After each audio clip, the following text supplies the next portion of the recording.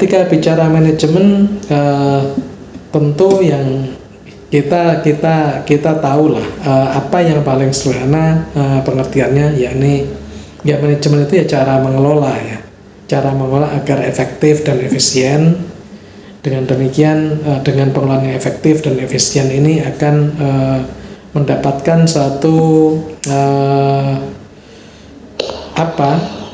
terhadap tujuan utama kita. Jadi itu tentu saja menjadi manajemen itu sendiri. Dan kemudian bagaimana kita mendalami manajemen ini sehingga kita bisa menjadi efektif dan efisien, mencapai visi kita, mencapai tujuan kita yang paling esensial, gitu kan? Itulah yang kemudian salah satunya ya mari kita merujuk pada Rasulullah SAW, yang kita tahu bahwa beliau adalah suatu hasanah, yakni sebaik-baik teladan. Dan tentu saja keteladanan beliau ini dalam seluruh aspek, termasuk juga dalam manajemen. Nah, mari kita lihat satu contoh betapa luar biasanya manajemen yang dijalankan oleh Rasulullah, yakni ketika beliau membawa umat ini menuju hijrah, yaitu membangun satu peradaban baru. Nah, hal tersebut kan oleh Rasulullah dilakukan dalam waktu yang super singkat, yakni hanya dalam waktu 23 tahun. Dalam waktu 23 tahun kita tahu bahwa selama 13 tahun pertama itu adalah pondasinya, yakni waktu di Mekah. Jadi setelah beliau mendapatkan wahyu, mendapatkan amanah dari Allah Subhanahu wa taala untuk menyampaikan sesuatu, maka itulah titik awalnya. Dan selama 13 tahun Rasulullah membangun pondasi itu, dan kemudian selama 10 tahun berikutnya di Madinah itu kemudian mengubahnya menjadi sesuatu yang luar biasa, menjadi suatu peradaban yang sama sekali baru. Jadi kita melihat bahwa begitu efektif Rasulullah melakukan itu dan begitu efisiennya, dan itu menunjukkan bahwa beliau adalah suatu hasanah dan contoh yang sangat bagus dalam soal manajemen. Itu hanyalah salah satu. Nah, agar kita masuk ke sana, tentu saja agar kita bisa meneladani sifat Nabi tadi, ya kita perlu mengenal sifat Nabi itu sendiri kan, yang saya kira teman-teman sudah sangat familiar kan, Siddiq, Fatonah, Amanah, Tablik kan. Jadi kalau disingkat menjadi sifat Siddiq, Fatonah, Amanah, Tablik. Dan selama ini juga sudah cukup banyak dikenalkan gitu. Apa sih artinya gitu ya. Siddiq sendiri kan ya benar gitu ya, atau membenarkan gitu. Sementara Fatonah sendiri adalah soal kecerdasan, menjadi cerdas. Kemudian amanah ini dapat dipercaya secara langsung, tapi kemudian juga bisa berarti bertanggung jawab, dan kemudian tablik itu sendiri menyampaikan.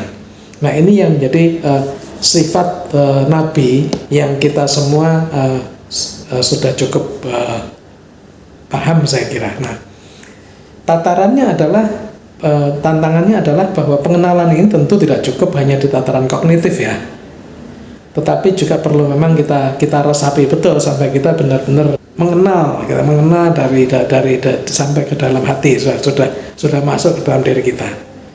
Nah, ini bagi orang-orang yang besar di lingkungan santri tradisional tidak ada masalah, karena dari kecil sudah dikenalkan tentang Siddiq, Fatonah, Amanah, Tablik, walaupun mungkin caranya berbeda-beda di berbagai daerah, tetapi secara umum sudah cukup mengenal. Hanya saja di masyarakat urban yang tidak cukup kental dengan budaya pesantren tradisional, pendalaman ini sampai meresap saya kira belum. Mungkin teman-teman sudah tahu yang besar di urban tentang 4 aspek ini, tetapi sekali lagi ini yang perlu mungkin belum meresap betul ke dalam dirinya, karena masih sebatas menjadi satu pengetahuan kognitif gitu ya, belum sampai betul-betul menjadi penjiwaan. Nah, itulah yang menjadi dasar mengapa kita perlu masuk ke lebih jauh. Jadi kalau kita mau manajemen kita lebih efektif dan kemudian menggunakan Rasulullah sebagai satu rujukan gitu. Ya mari kita dalami 4 sifat Nabi itu. Dan salah satu pendalamannya adalah kawan-kawan dari lingkungan urban malah mungkin lebih mengenal teori personality gitu ya. Ini Hippocrates dari tahun 460 sampai 370 sebelum Masehi maupun Carl Jung. Nah, inilah penting untuk kita kemudian melihat gitu, bagaimana sih teori personality ini yang di kalangan anak-anak sekarang tentu akan lebih dikenal dibanding dengan sifat Nabi. Menggunakan teori personality ini justru kita membantu untuk melihat, membedah tadi sifat Nabi lebih dalam. Nah, mari kita melihat dulu kapan teori kepribadian atau personality teori ini lahir gitu. Dan para ahli sepakat bahwa merujuk soal itu kepada Hippocrates yang kemudian sangat dikenal di kalangan kedokteran karena sumpah Hippocrates itu sendiri. Nah, beliau kan seorang pemikir di Yunani di masanya, yakni 460 sebelum Masehi sampai kemudian 370 sebelum Masehi. Ini kurang lebih waktunya berhimpitan atau bersamaan dengan Konfusius di Cina, kemudian Siddhartha Buddha Gautama di India gitu. Dan pada saat itulah beliau mulai menyebutkan bahwa secara umum manusia itu terbagi dalam memiliki 4 karakter. Itu yang beliau sampaikan. Nah, tentu saja apa yang disebut karakter pada masa itu tidak pas persis gitu. Yang kemudian kita mengenal ada yang pertama adalah phlegmatic, kemudian yang kedua adalah melankolik, ketiga kolerik, dan keempatnya sanguinis gitu kan. Ini yang dikenalkan oleh Hippocrates, dan saat itu beliau menyebutkan dasar utamanya adalah cairan dalam tubuh gitu, yang warnanya berbeda-beda. Itu awal pertama dari Hippocrates. Tapi kemudian apa yang disampaikan oleh Hippocrates ini di-refresh, dikembangkan dengan sangat baik oleh Carl Jung. Jadi 1875 dan Carl Jung adalah kita tahu beliau adalah murid dari Sigmund Freud gitu. Satu tokoh psikoanalis yang paling terkenal itu. Tapi kemudian Carl Jung memiliki perspektif sendiri yang lebih realistis, lebih nyambung dengan dunia modern ini, di mana beliau menyebutkan bahwa manusia personality ada 4, yakni intuiting gitu ya, kemudian thinking, kemudian sensing, dan feeling. Di mana intuiting ini kan bertindak lebih banyak mengandalkan intuisi. Intuisi itu adalah sesuatu yang endapan pengalaman lama di dalam dirinya gitu, yang kemudian pada satu situasi tertentu apa yang sudah terekam di bawah sadar itu akan muncul dan ikut menentukan, mengambil keputusan dengan secara intuitif. Dan kemudian kalau thinking itu kita tahu bahwa itu dasarnya ya rasionalitas. Kemudian yang sensing ini adalah sangat indrawi, sangat panca indera, sangat konkret, dan feeling ini lebih pada rasanya seperti apa. Nah, ini yang kemudian menjadi dasar dari teori kepribadian modern. Kalau kita melihat yang sekarang banyak dipakai kan MBTI gitu. Ini dasarnya juga dari Carl Jung yang kemudian mendevelop lebih lanjut sehingga ada 16 kelompok.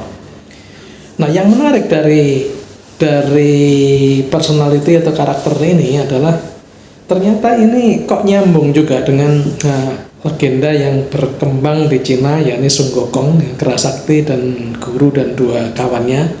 Kemudian juga ini nyambung dengan Punokawan Wayang. Jadi Semar, Gareng, Petruk, Bagong. Nah, ini 4 ini nyambung juga dengan itu. Nah, mari kita kemudian lihat apa sih yang paling sederhana, paling sering dimunculkan, karakter apa yang paling mudah ditandai gitu ya. Yang phlegmatic ini adalah karakter orang baik-baik lah, nggak macam-macam gitu ya. Jadi ini nggak tipe yang nggak macam-macam. Kemudian yang melankolik, ini banyak orang yang banyak pertimbangan, sedikit-sedikit ditimbang dan sebagainya, karena tidak mau salah, tidak mau keliru, ingin sesuai dengan normanya, benar dan sebagainya. Sementara yang kolerik atau sensing ini tipe yang fokus, gigih, biasanya orangnya nggak banyak rame tetapi dia siap betul untuk tampil di depan. Dan kemudian yang tipe feeling atau sanguinis ini tiba-tiba antusias, tipe yang kreatif, komunikatif. Nah, saya kira ini yang paling mudah menjadi jembatan. Ada 4 karakter dasar ini yang penting untuk diperhatikan, dan generasi sekarang, generasi urban, tahu tentang ini.